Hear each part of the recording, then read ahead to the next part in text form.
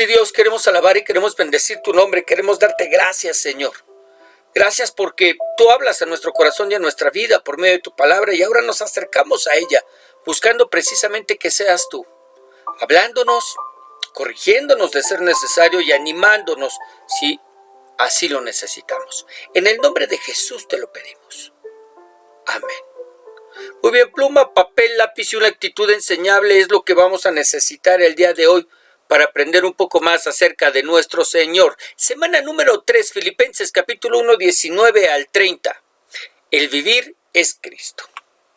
Filipenses 1:19 que dice, porque sé que por vuestra oración y la suministración del Espíritu de Jesucristo, esto resultará en mi liberación, conforme a mi anhelo y esperanza de que en nada seré avergonzado, antes bien con toda confianza como siempre, ahora también será magnificado Cristo en mi cuerpo, o por vida o por muerte. Porque para mí el vivir es Cristo y el morir es ganancia. Mas si el vivir en la carne resulta para mí en beneficio de la obra, no sé entonces qué escoger. Porque de ambas cosas estoy puesto en estrecho, teniendo deseo de partir y estar con Cristo, lo cual es muchísimo mejor, pero quedar en la carne es más necesario por causa de vosotros. Y confiando en esto, sé que quedaré, que aún permaneceré con todos vosotros para vuestro provecho y gozo de la fe. Para que abunde vuestra gloria de mí en Cristo Jesús por mi presencia otra vez entre vosotros. Solamente que os comportéis como es digno del Evangelio de Cristo, para que, o sea que vaya a veros o que esté ausente, oiga de vosotros que estáis firmes en un mismo espíritu, combatiendo unánimes por la fe del Evangelio. Y en nada intimidados por los que se oponen, que para ellos ciertamente es indicio de perdición, mas para vosotros de salvación, y esto de Dios. Porque a vosotros os es concedido a causa de Cristo, no solo que creáis en Él, sino también que padezcáis por Él, teniendo el mismo conflicto que habéis visto en mí, y ahora oís que hay en mí.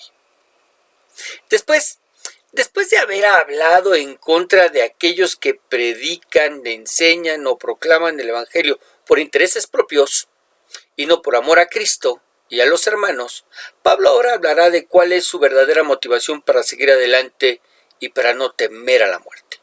Un temor que la gran mayoría de nosotros experimenta. Vamos a ver.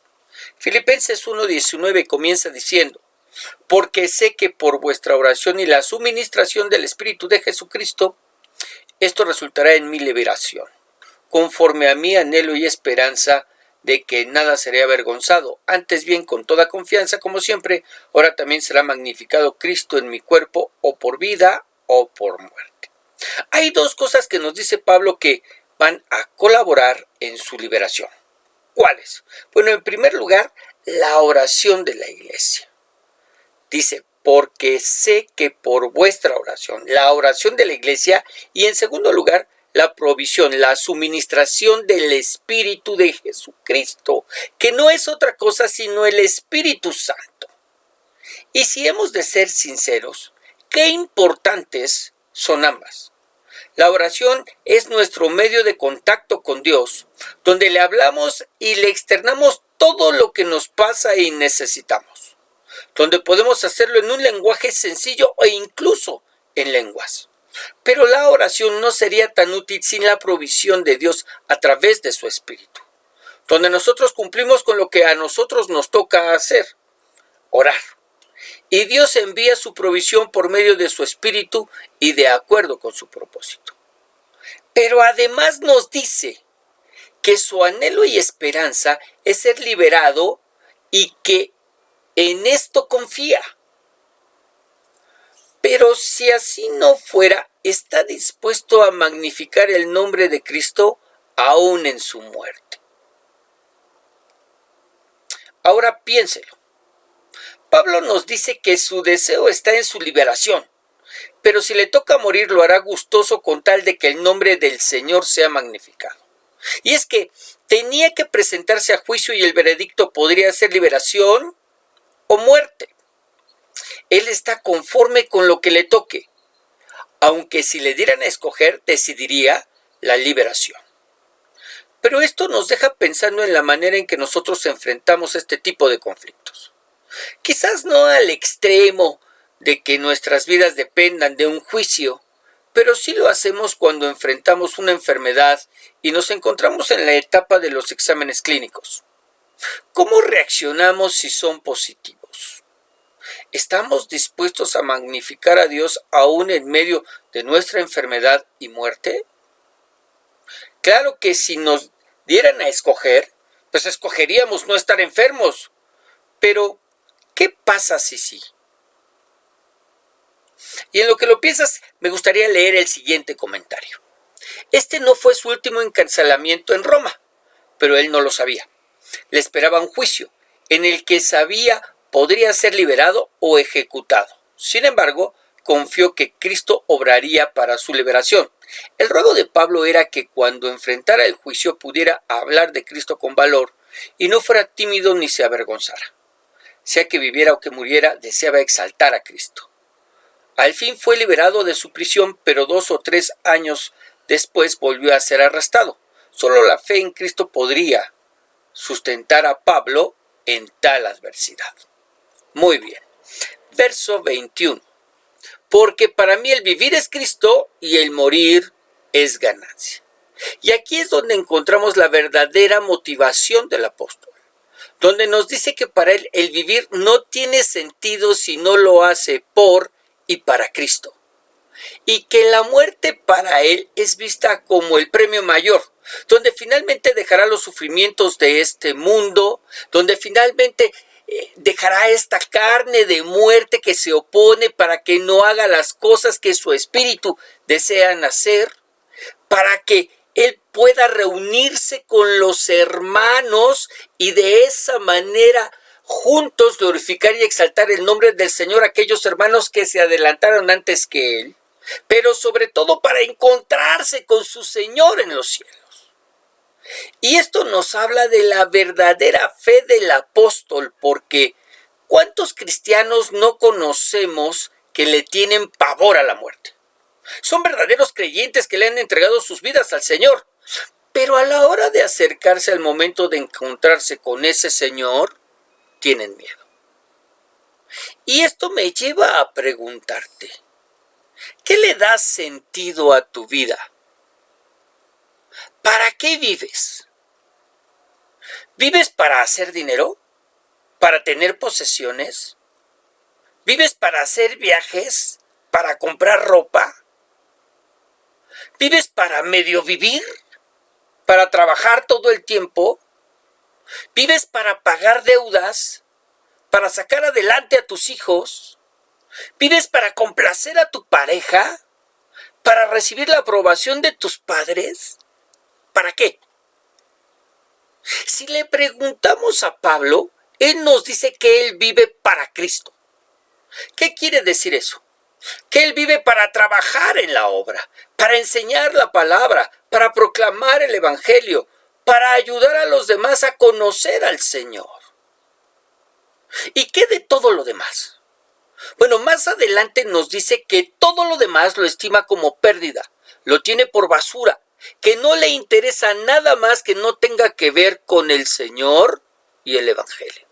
Mira, Filipenses 3:8 dice, y ciertamente aún estimo todas las cosas como pérdida por la excelencia del conocimiento de Cristo Jesús, mi Señor, por amor del cual lo he perdido todo y lo tengo por basura para ganar a Cristo. Y yo te quiero preguntar, ¿qué tan cerca o qué tan lejos te encuentras de esto?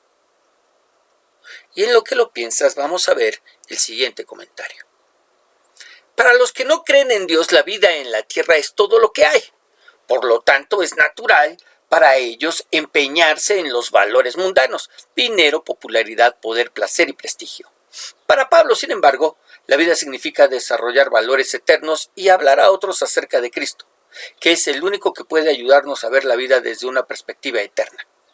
Lo máximo en la vida de Pablo era hablar con denuedo en favor de Cristo y ser semejante a Él. Por eso Pablo pudo decir con total confianza que morir sería mejor que vivir, porque al morir se libraría de las inquietudes del mundo y vería a Cristo cara a cara. Si usted no está listo para morir, tampoco lo está para vivir. Asegúrese de su destino eterno y será libre para servir entregado a lo que realmente vale, sin temor a la muerte. Muy bien. Pues yo espero que así sea. ¿No es cierto? Que obviamente teniendo nuestro destino eterno asegurado y teniendo esa seguridad de salvación, estemos listos para morir. 22. Mas si el vivir en la carne resulta para mí en beneficio de la obra, no sé entonces qué escoger, porque de ambas cosas estoy puesto en estrecho, teniendo deseo de partir y estar con Cristo, lo cual es muchísimo mejor, pero quedar en la carne es más necesario por causa de vosotros. Hay muchos creyentes que todavía se preguntan qué pasará con ellos después de la muerte. Pablo nos dice que cuando partamos lo haremos para estar con Cristo, teniendo deseo de partir y estar con Cristo. No lo haremos para ir a una sala de espera, no, tampoco lo haremos para quedar como en animación suspendida, dormidos en la nada, sino que lo haremos para encontrarnos cara a cara con nuestro Señor y Dios, lo cual es muchísimo mejor que todo lo que este mundo pudiera ofrecernos. Pero hay algo que le preocupa a Pablo. ¿Qué? El trabajo en la obra, el enseñar a Cristo, el hablarle a la gente no solamente del Evangelio, sino ayudarles a formar a Cristo en sus vidas. Mire, a lo largo de mi caminar con Dios, me ha tocado despedir a muchos de mis hermanos, no solo en la carne, sino en el Señor. Y la preocupación de todos ellos son sus hijos. Ellos no se quisieran ir con Cristo en ese momento porque si hay algo que les preocupa, son los hijos. A Pablo le sucedía lo mismo. Él sabe que lo mejor sería irse con él, irse con su Señor, estar en la presencia de Cristo. Es muchísimo mejor. Pero le preocupan sus hijos espirituales. Por eso dice, pero quedar en la carne es más necesario por causa de ustedes.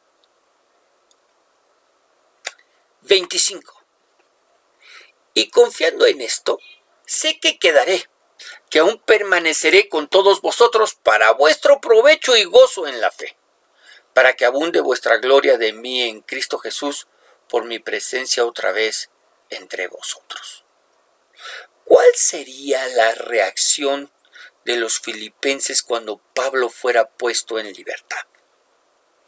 Ellos no se cansarían de alabar a Dios, no solo por lo que significaba la presencia de Pablo para ellos como padre espiritual, sino porque de esa manera ellos serían beneficiados a través de su vida al aprender a Cristo a través de él. Y esta, querido, esta debería ser la motivación de todo ministro. El ser valorado por lo que aportamos a la obra. Porque si morimos, ¿quién les enseñará a Cristo como Él lo hacía? No solo a través de enseñanzas, no solo a través de conceptos y ejemplos, sino a través de su propia vida. Y aquí necesitamos hacer un alto y pensar. A ver, nuestros ministros, ¿qué nos enseñan? Nuestros ministros, ¿qué nos enseñan? ¿Nos están enseñando acerca de Cristo y el reino de los cielos?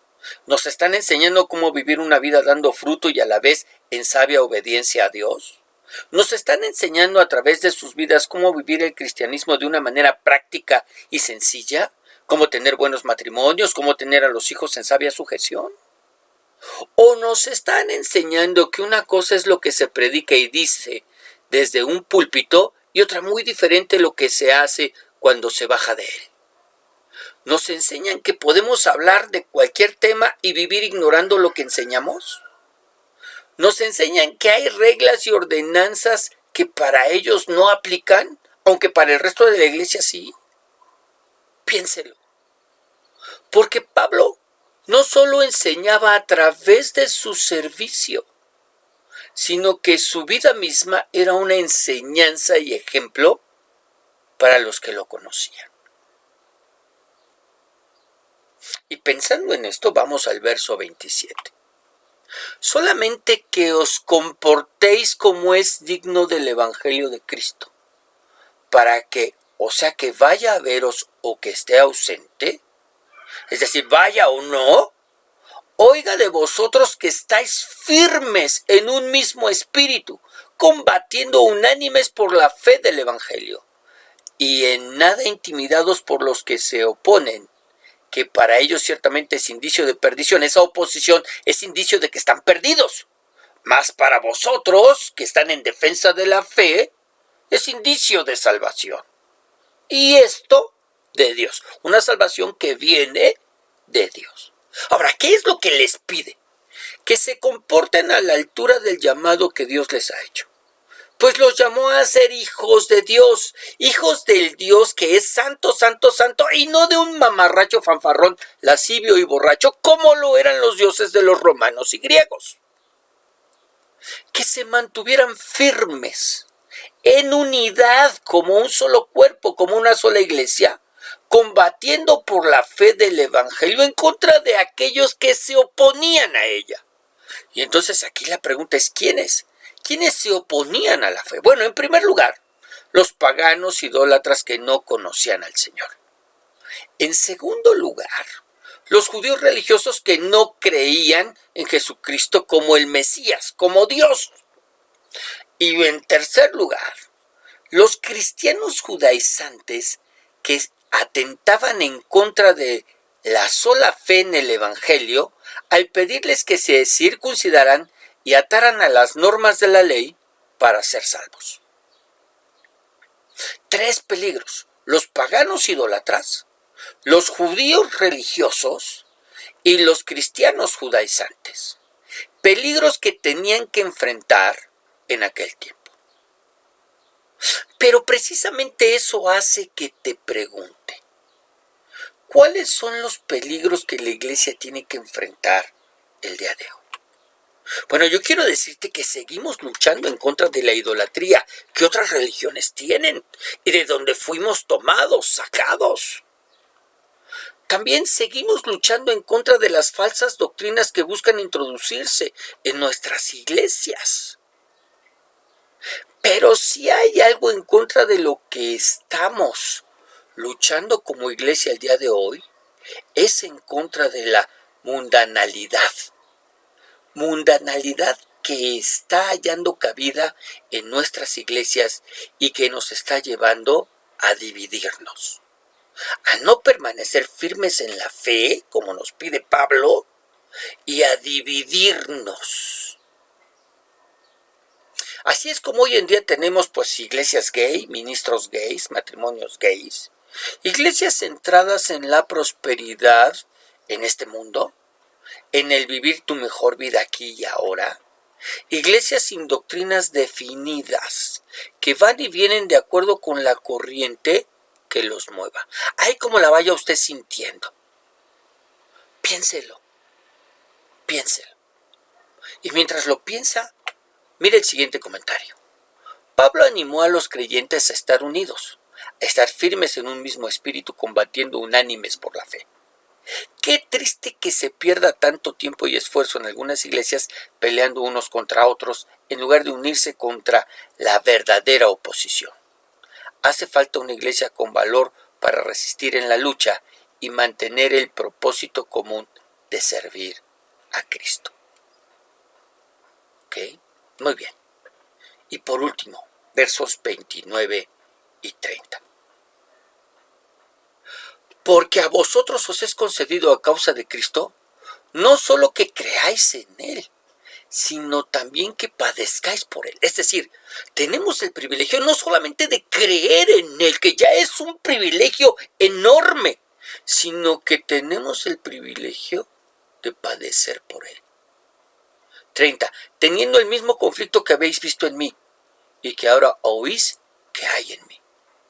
O sea, que vieron y que no se quedó solamente sujeto a lo que ustedes vieron y creían, sino que ahora yo se los he confirmado, pues se los he confesado.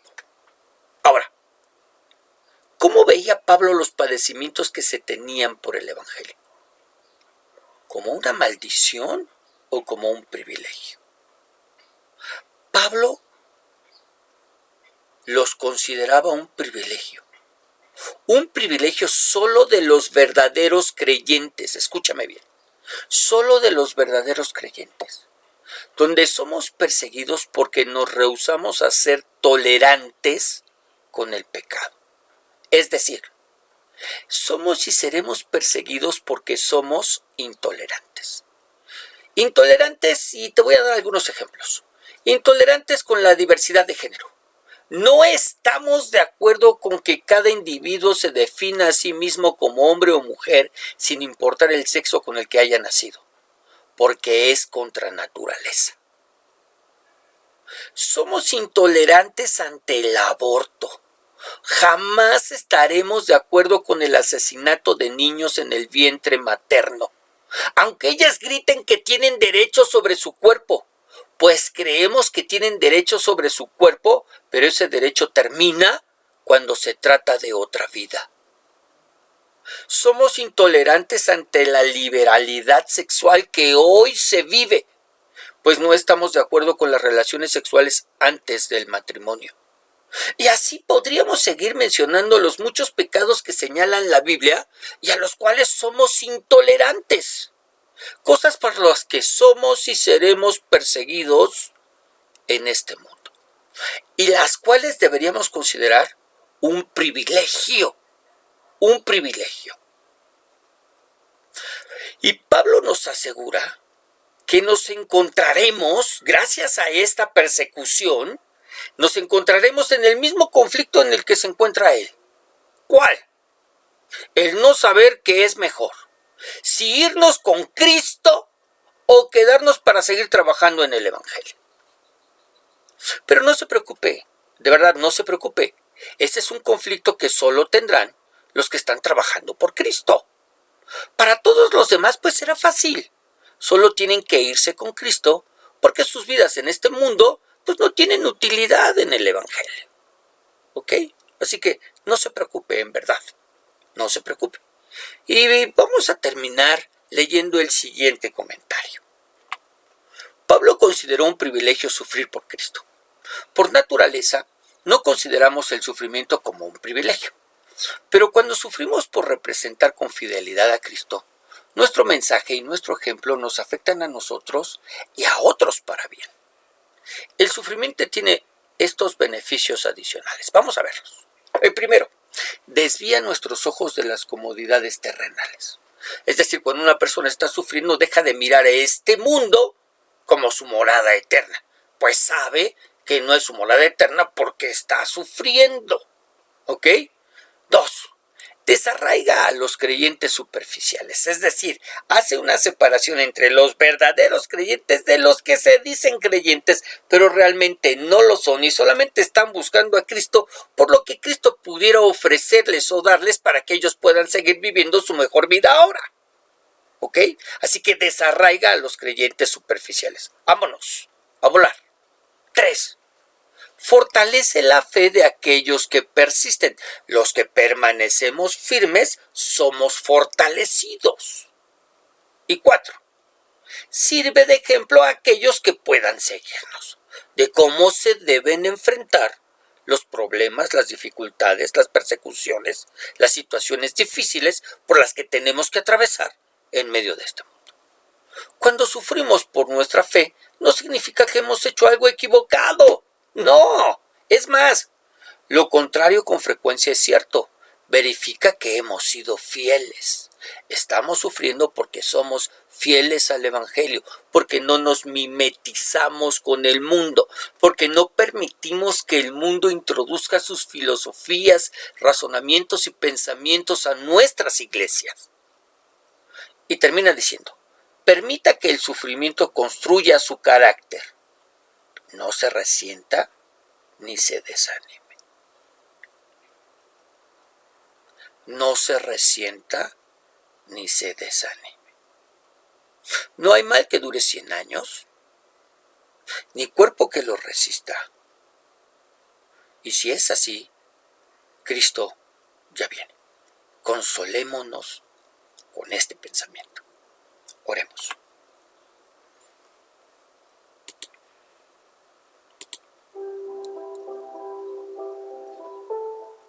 Señor Dios y Padre Celestial, queremos alabar y queremos bendecir tu nombre. Queremos darte gracias, Dios, por lo que nos has enseñado el día de hoy. Gracias por tu palabra, viva, eficaz, cortante como espada de dos filos que penetra hasta partir el alma y el espíritu. Dios, hoy nos has hablado fuertemente. Yo te ruego, Padre, que nos permitas tomar decisiones, buenas decisiones. Señor, que aprendamos a decidir por Cristo, a decidir por la fe, a permanecer firmes, a que para nosotros también el vivir sea Cristo y el morir sea ganancia.